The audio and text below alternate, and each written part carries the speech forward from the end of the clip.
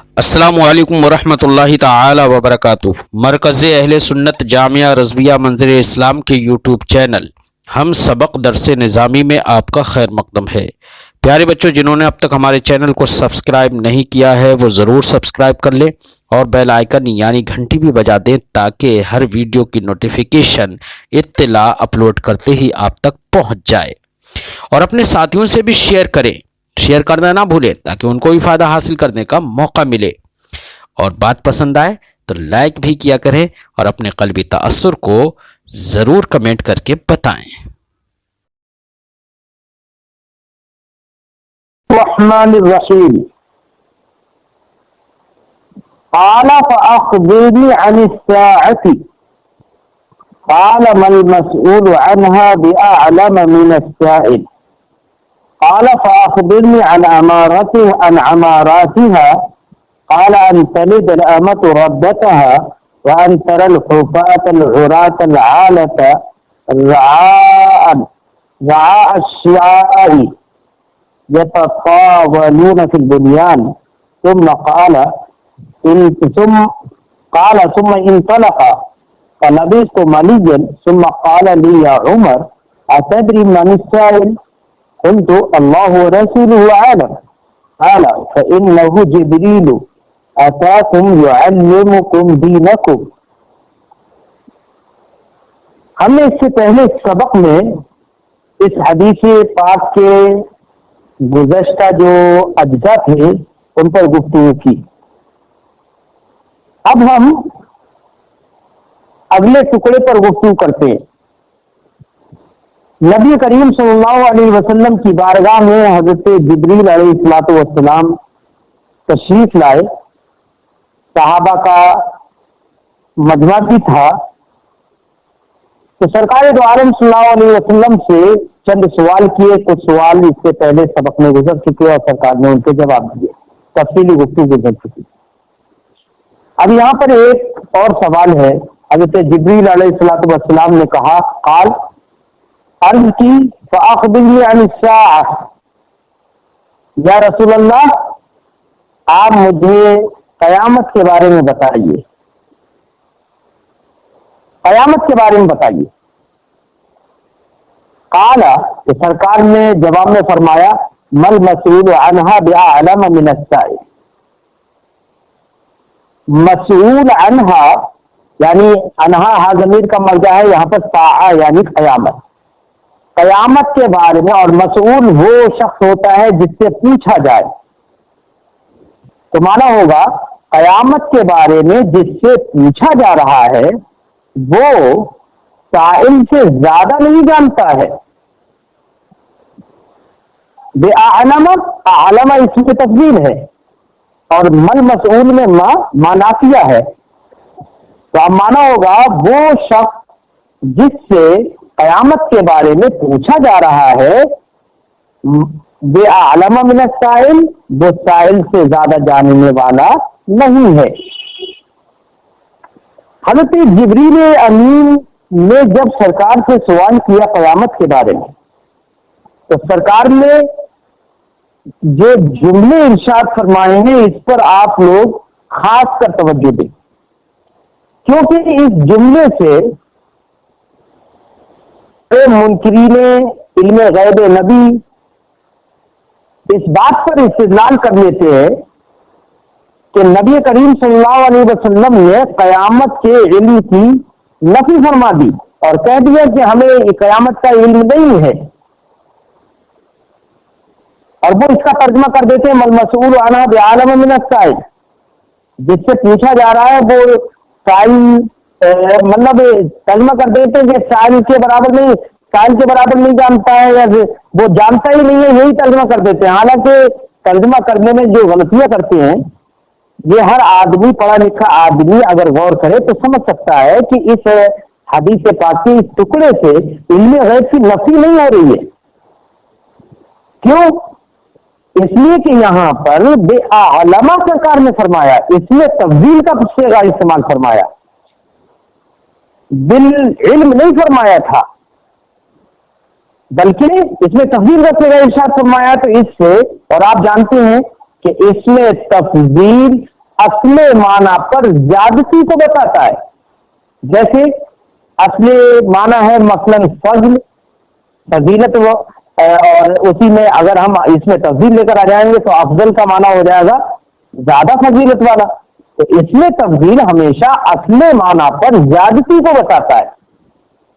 اب ہم نے کہا افضل، یہ زیادہ فضیلت والا ہے. اگر ہم اسی پر حرف نفی داخل کر دیں اور ہم کہیں مل افضل، زیادہ افضل نہیں ہے، ظاہر بات ہے افضل کا تو معنی ہے کہ زیادہ فضیلت والا، تو معنی ہوگا زیادہ فضیلت والا نہیں ہے. اب زیادہ فضیلت والا نہیں ہے تو یہاں پر نفی زیادتی کی ہوئی یا نفی فضیلت کی ہوئی، یہ تو ہر آدمی سمجھ سکتا ہے. تو یہاں پر حدیث پاک میں نفی اصل علم کی نہیں ہے بلکہ نفی زیادتی علم کی ہے. اور یہ تو زیادتی علم کی نفی کیا، یہاں پر تو حضرت جبریل امین قائل ہیں.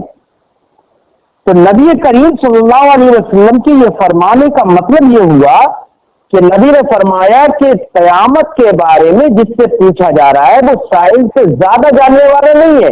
اس کا مطلب یہ ہوا کہ سائل جتنا جانتا ہے قیامت کے بارے میں اتنا ہی مسئول بھی جانتا ہے. اب مجھے یہ بتاؤ، یہ لوگ یہ تو کہتے ہیں کہ قیامت کے علم کے بارے میں کہ قیامت کا علم جبریل کو ہے.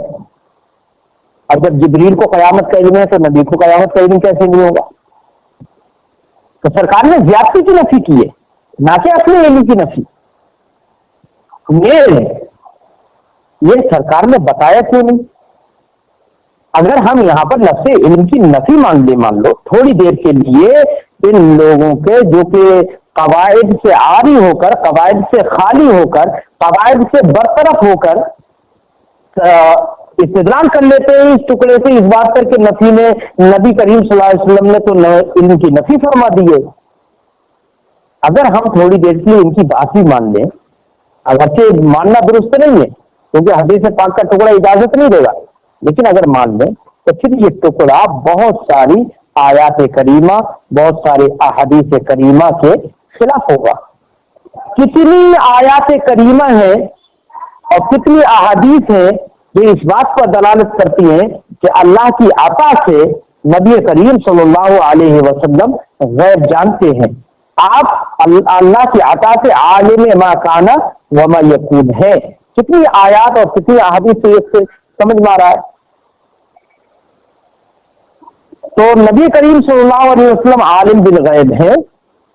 ہاں یہاں پر سرکار نے پھر بتایا کیوں نہیں؟ اب یہ سوال ہوتا ہے.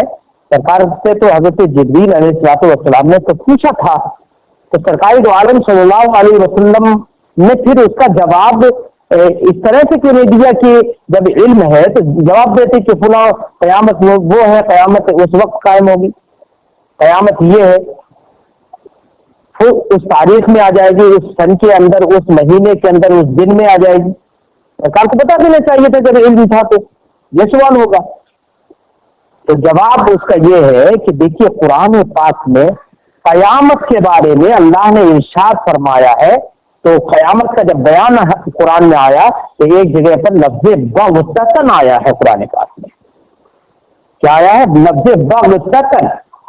اور بغتتن کا معنی ہوتا ہے بچوں اچانک. اچانک لوگوں کے لیے قیامت اچانک آئے گی.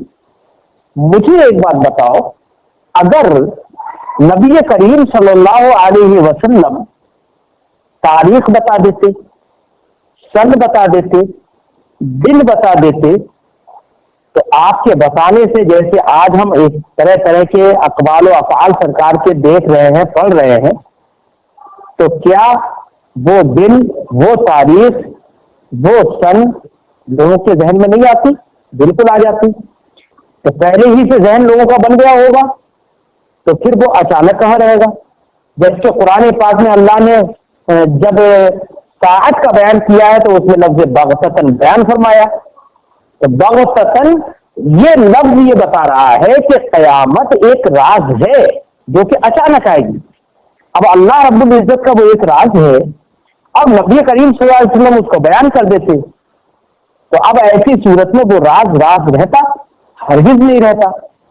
اس مصلحت کے پیش نظر نبی کریم صلی اللہ علیہ وسلم نے قیامت کے بارے میں نہیں بتایا۔ اور دوسری بات، حضرت جبریل علیہ الصلوۃ والسلام تو دین سکھانے آئے تھے نا، تو انہوں نے سوال کر لیا اور سرکار نے نہیں بتایا، حضرت جبریل بھی خاموش ہو گئے۔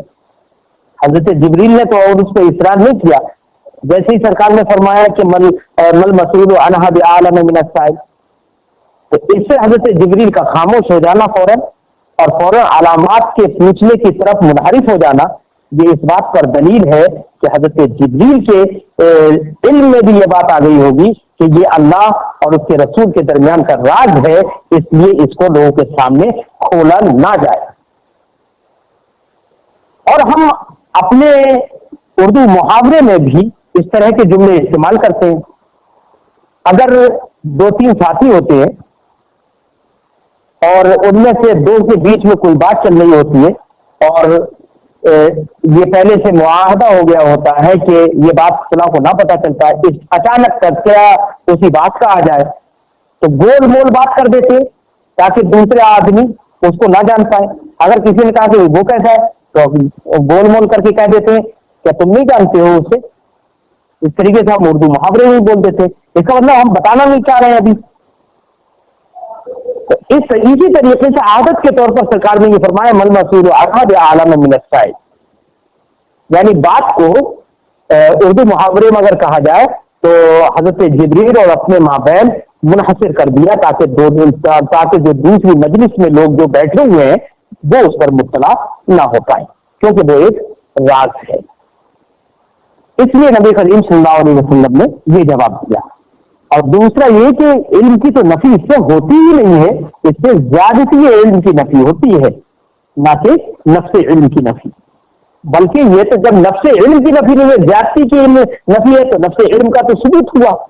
جب نفس علم کا ثبوت ہوا تو مل مسئول عنہا بعالم من السائل، یہ اہل سنت و جماعت کی دلیل ہوگی اس بات پر کہ قیامت کا نفس علم نبی کریم صلی اللہ علیہ وسلم کو حاصل تھا، اور اس میں جو نفی ہے وہ زیادتی علم کی نفی ہے۔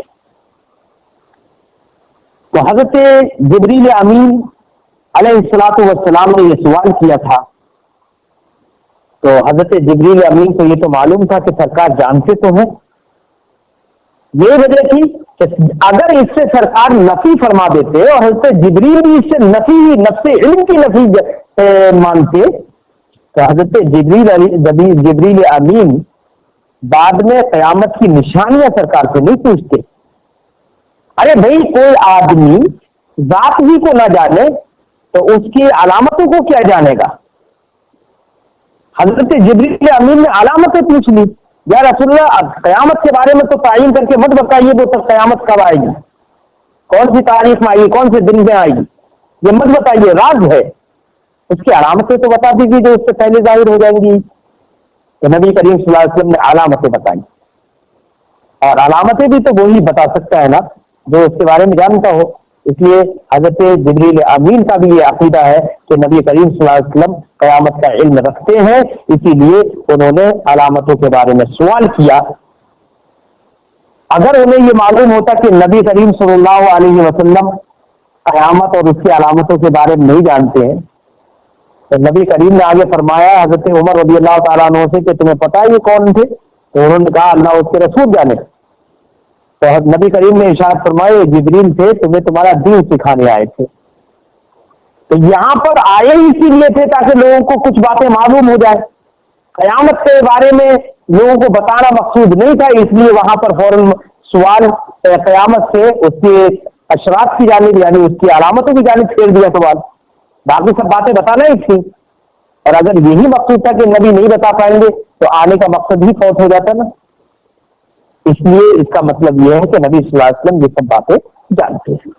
اور بہت ساری آیات اور احادیث میں ابھی یہاں پر پڑھنا نہیں چاہتا ہوں۔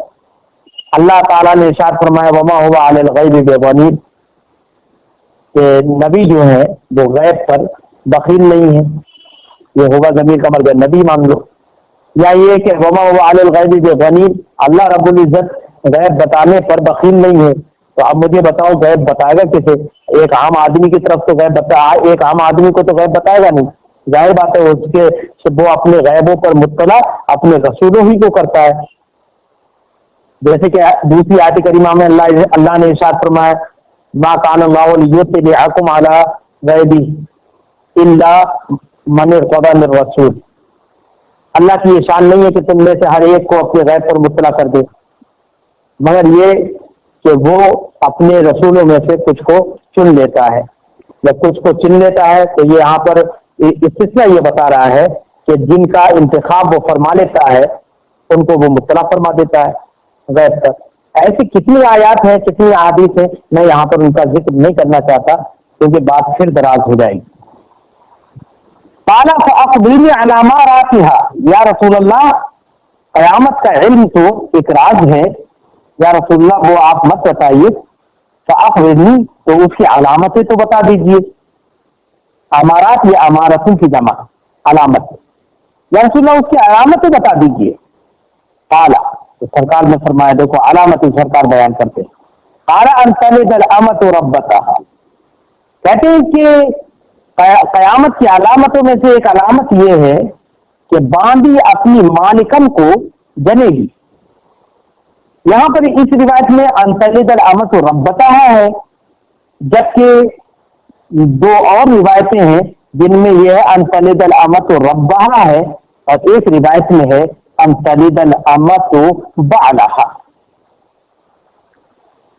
تو ربتها ربها اور بعلها تین روایتوں میں اس طرح کے یہ الفاظ ہیں. ربتن یہ ربن کی مونت ہے، مالک. ان تلد الامۃ ربتها اپنی مالکن کو جنے گی. کیا مطلب؟ کہ کوئی عورت کسی عورت کو خرید لے تو وہ اس کی یہاں پر باندھی ہے. اگر باندھی ہے تو اب اتفاق سے یہ ہے کہ وہی باندھی اس سے وہ اس کا مالک جو ہے وہ وصی کرے. اب اس سے بچہ پیدا ہوا، اب بچہ پیدا ہوا تو اب ایسی صورت میں جو بچہ ہوا وہ تو اپنے باپ کی پیش نظر یا باپ کی اجازت سے ساری چیزوں کا تصرف کا مالک ہو جائے گا. یا بچی پیدا ہوئی تو وہ تصرف کا مالک ہو جائے گی. اگر تصرف کی مالک ہو جائے گی تو اب یہی باندھی جس نے اس بچی کو جنا ہے تو وہ بچی اپنے باپ کے اس تصرف سے یا اپنے باپ کے تمام مالوں کی یہ وہ صاحب اختیار ہو گئی. تو اب اس کی حکومت، اس کا تصرف اس باندھی پر بھی ہوگا. اور جس روایت میں یہ ہے کہ ربہ تو وہاں پر مالک ہی کو جنے گی. کیسے مالک کو جنے گی؟ تو ہمارے محدثین نے اس کے بارے میں یہ فرمایا کہ وہ زمانہ قیامت جب قریب ہوگی تو اس کا زمانہ جو ہے اتنا اس میں فساد ہوگا، اتنا فساد ہوگا کہ عورتوں کی باندیوں کی خرید و فروخت بہت زیادہ ہو جائے گی.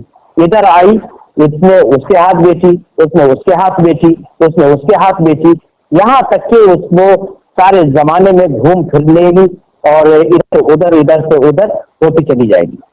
اب جب یہ مفہوم ذہن میں آ گیا تو اب اس ٹکڑے کا مطلب سمجھیے. اگر ہم اس کو ربہ، جس روایت میں ربہ ہے ان تلد الامۃ ربہ، کہ باندھی اپنے آقا کو جنے گی. آقا کو جنے گی کیسے؟ کہ اگر کسی آقا کے پاس کسی نے خریدا اسے اور اس نے اس سے وصی کی، اس سے بچہ پیدا ہوا. اب بچہ اس اپنے باپ کے پیش نظر جو کہ مالک ہے اس کے تصرف سے یا اس کی اجازت سے وہ بھی صاحب تصرف ہو گیا. اب صاحب تصرف ہو گیا تو یہ تو باندھی کی باندھی ہی رہی. ماں اب اسی کا جنا ہوا بیٹا اس کے اوپر تصرف کرے گا. تو اس معنی پر یہ ہے کہ جو اپنا بیٹا اس نے جنا وہی مالک بن گیا، وہی اس میں تصرف کر رہا ہے، کیونکہ یہ تو اس بیٹے کے باپ کی باندھی ہی ہے نا، اور اس کا مال ہے. جب اس کا مال ہے تو اپنا جو بیٹا ہے وہ اپنے باپ کے مال کا مالک ہوگا. تو اس معنی کر یہ اپنے جنے ہوئے بیٹے ہی کی تصرف میں آ جائے گی. اور جس روایت میں یہ ہے کہ ان تلد الامت بعلہا، کہ باندی اپنے شوہر کو جنے گی،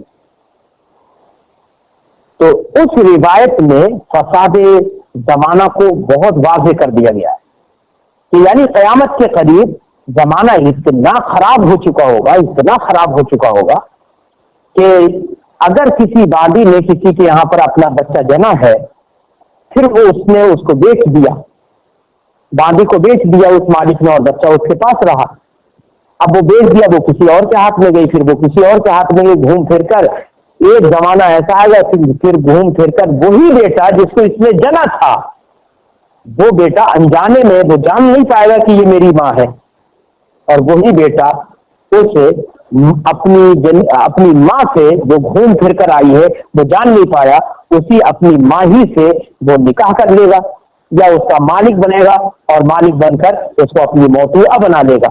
ایسا بھی خراب زمانہ آئے گا، یہ مراد ہے اس ٹکڑے کی۔ تو یہ قیامت کی ایک علامت ہے کہ نبی کریم نے ارشاد فرمایا ان تلد الامت ربتہا، کہ باندی اپنی مالکن کو جنے گی۔ اور ایک اور نشانی بیان کی وَأَن تَرَى الْحُفَاةَ الْعُرَاةَ الْعَالَةَ رِعَاءَ الشَّاءِ، حفاظ یہ حافی کی جمع ہے، حافی کا معنی ہوتا ہے ننگے پیر والا جو بغیر جوتے چپل کے چلے، عورات یہ عاری کی جمع ہے، عاری کا معنی ہوتا ہے ننگے بدن والا جس کے جسم پر کپڑے نہ ہو۔ العالہ یہ عائل کی جمع ہے، عائل کا معنی ہوتا ہے محتاج فقیر، جمع آلہ۔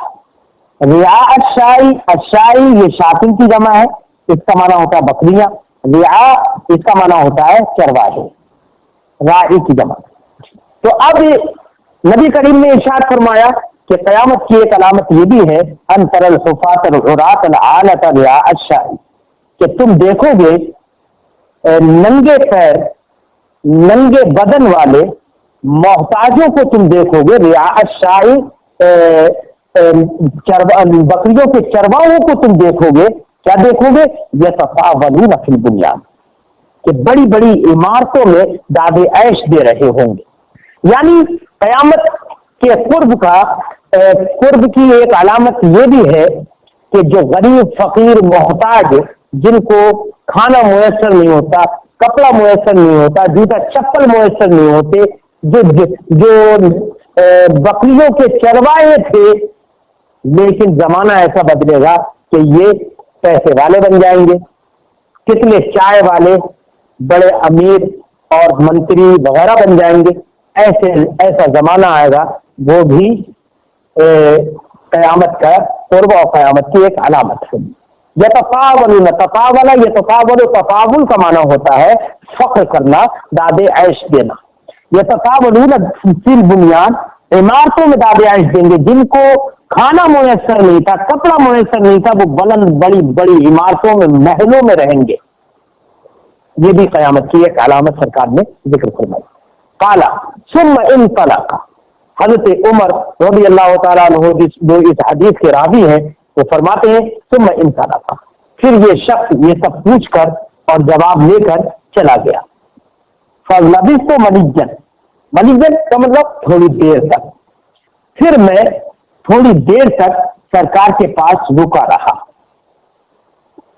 کیا تھوڑی دیر تک رکا رہا۔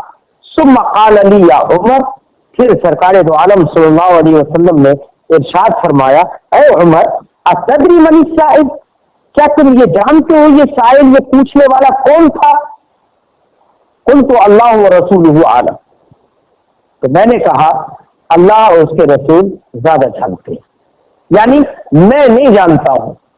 اس سے اشارہ ہے اس بات کی طرف کہ جب کوئی آدمی سے کوئی بات پوچھی جائے اور اسے معلوم نہ ہو تو اسے یہ کہہ دینا بہتر ہے کہ اللہ و رسولہ عالم، یا یہ کہہ دے لا عالم، میں نہیں جانتا ہوں، کیونکہ یہاں پر اللہ کے رسول کے بارے میں تو صحابہ کا تو یہی عقیدہ تھا کہ اللہ اور اس کے رسول جانتے ہیں، ان کو تو جاننے ہی کا عقیدہ تھا، تو اس لیے وہ یہ عرض کرتے تھے بار بار اللہ و رسولہ عالم، اللہ اس کے رسول جانتے ہیں، تو ایک مفتی کو اگر اس کو جواب معلوم نہیں ہے تو اسے بھی کہہ دینا چاہیے کہ اللہ اس کے رسول جانتے ہیں، یا مجھے آج معلوم نہیں ہے میں کل بتاؤں گا، جو حق ہے اس کو بیان کر دینا چاہیے۔ اور ایک مفتی جواب کے آخر میں یہی کہے اللہ و رسولہ عالم، یہی زیادہ ہمارے علماء نے بہتر قرار دیا۔ تو نبی کریم صلی اللہ علیہ وسلم سے عرض کی یا رسول اللہ و رسولہ عالم، اللہ اس کے رسول ہی زیادہ جانتے ہیں، ہم تو جانتے نہیں ہیں اس کے بارے میں۔ یہ کون ہے شخص؟ ہمیں تو بڑا تعجب ہوا کہ پوچھ بھی رہا ہے اور تصدیق بھی کر رہا ہے، ہم تو تعجب میں مستغرق ہو گئے۔ قال فإنه جبریل، نبی کریم نے ارشاد فرمایا تم نہیں جانتے ہو یہ جبریل تھے۔ فإنه جبریل، یہ جبریل تھے، اتاکم یعلمکم دینکم، تمہارے پاس آئے تھے تاکہ تم کو تمہارا دین سکھائیں۔ تو دین کیا سکھائیں؟ کہ ایمان کیا ہے، ایمان کے بارے میں انہوں نے سوال کیا، برسر حاضرین سوال کیا، سرکار نے جواب دیا۔ ایک سائل نے پوچھا، اس سے معلوم ہوتا ہے، ہمارے علماء اور محدثین نے ذکر کیا کہ اس سے یہ معلوم ہوتا ہے کہ سوال کرنے والا برسر مجلس اگر سوال کرے گا تو اس کا جواب حاصل جب ہوگا تو اس کا اپنا بھی فائدہ ہوگا اور مجلس والوں کا بھی فائدہ ہوگا۔ اس لیے سوال کا ادب اور احترام یہ بھی ہے کہ برسر مجلس لوگوں کے درمیان اچھی بات پوچھی جائے، مسائل شریعت پوچھے جائے تاکہ دوسروں کو بھی اس کا جواب معلوم ہو۔ فإنه جبریل اتاکم یعلمکم دینکم، یہ جبریل تھے جو تمہارے پاس آئے تھے تمہارا دین سکھانے کے لیے۔ اب سکھانے کا بھی کیا انداز، ایسا نہیں کہ براہ راست دوسروں کے پاس آ جائے، نہیں، جبریل کی یہ شان نہیں کہ وہ براہ راست عام لوگوں کے پاس پہنچ جائے۔ یہ بھی سکھانے کا، تعلیم دینے کا کتنا اچھا انداز کہ لوگوں کو دیکھا کہ لوگ میرے نبی کے بارگاہ میں حاضر ہیں، چلو جبریل کو حکم دیا کہ جاؤ جا کے ان کا دین سکھا کے آؤ، نبی سے ہی جا کے پوچھنا اور انہیں کی تصدیق بھی کرنا تاکہ لوگ حیرت بھی کریں۔ جب حیرت کرنے کے بعد جواب سنیں گے تو ان کے دل میں، ان کے ذہن میں وہ جانشین ہو جائے گا، بیٹھ جائے گا اور وہ باتیں ان کے دماغ سے نہیں نکلیں گی۔ کیوں؟ اس لیے کہ کوئی بات جب بہت تعجب کے بعد حاصل ہوتی ہے اور بہت حیرت کے بعد جب کوئی چیز حاصل ہوتی ہے، جہاں پر کوئی بہت زیادہ تعجب اور حیرت ہوتی ہے جہاں پر، تو وہاں پر آدمی پورے طور سے اپنے دماغ اور ذہن کو لگاتا ہے کہ اس بات کو سنا جائے کہ بڑی تعجب خیز بات ہو رہی ہے۔ تو یہاں پر تعجب خیز باتیں اس لیے کی گئی تھی تاکہ لوگ پورے طور سے اپنے ذہن و دماغ کو اور اپنے کانوں کو میرے نبی صلی اللہ علیہ وسلم کے لبوں کی طرف لگائیں، آواز کی طرف لگائیں اور جواب کو اپنے ذہن میں نشی کر لیں، بٹھا لیں تاکہ ان کے دماغ سے کبھی نبی کریم صلی اللہ علیہ وسلم کی اتباع نہ نکلے، اللہ اور اس کے رسول کی تصدیق ان کے دلوں سے کبھی نہ نکلے۔ اس لیے اللہ نے حضرت جبریل کو برسر محفل بھیجا اور دین سکھانے کے لیے بھیجا۔ یہ حدیث پاک یہاں پر مکمل ہو گئی ہے، ابھی باب مکمل نہیں ہوا ہے، باب تو لمبا چلے گا، انشاءاللہ اگلی حدیث اگلے سبق میں انشاءاللہ پڑھتے ہیں۔ السلام علیکم۔